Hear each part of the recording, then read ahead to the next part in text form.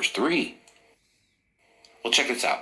Did you know that U.S. President Harry Truman was the first world leader to officially recognize Israel as a legitimate Jewish state on May 14, 1948, only 11 minutes after its creation? Did you catch that? 11 minutes. And ever since then, saints, God has blessed America. Just like the declaration that God gave to Abraham, God is faithful to his word. But to that point, there's the other side of that, isn't there? If a nation curse Israel, helps to bring judgment against Israel, then judgment will come to that person or nation. And this is why the eclipse is so profound. As mentioned earlier, the Aleph Tav. As the last leg forming this last letter for the Tav takes place on Nisan 1, as this eclipse is connected to the nation of Israel, because it lands on the start of the Hebrew calendar. And it's to that point why the interpretation of this solar eclipse is very important. But we'll come back to that. As for now, I would like to set up a pattern demonstrating why the lightning strike and the earthquake are so profound.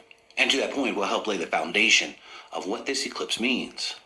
Well, to fully appreciate the lightning strike and the earthquake, let's look back 2 weeks ago to the Purim eclipse.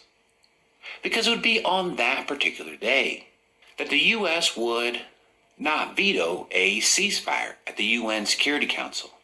And that happened on March 25th, the day of the eclipse. Now, what's interesting is that the very next day, a cargo ship took out the Francis Scott Key Bridge, as the person that the bridge was named after was the one that wrote the Star Spangled Banner. In fact, Maryland's governor, Wes Moore, called the bridge collapse following the freighter collision an economic catastrophe. Very symbolic, foreshadow of what's to come. And so this was a huge event. But the main point is that it took place one day after the Purim eclipse, which also coincided with the U.S. refusing to veto a ceasefire. And so let's take this as an example of, I will curse those who curses thee.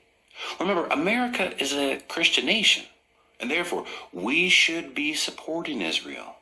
But times are changing. America is becoming less Christian, less reason to support Israel. Remember, Israel's whole plight for being in the land is a religious one.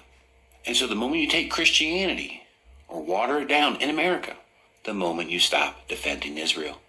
And so let us use that as example 1. Now let's talk about example 2, which is the lightning strike and the earthquake. As you'll see, this is also connected with America's response to Israel.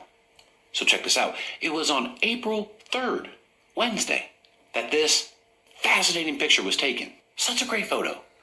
But there was something in my spirit that God waited as this being something, there's something to this particular lightning strike.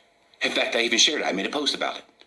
But that happened on Wednesday. But even this article right here, written after the fact, made this connection that this lightning strike happened just 2 days before a powerful earthquake. And so on Friday, this earthquake took place. That was 4.8 magnitude. In fact, it was the strongest in New Jersey in 240 years. That's a long time. Coincidental? I don't think so.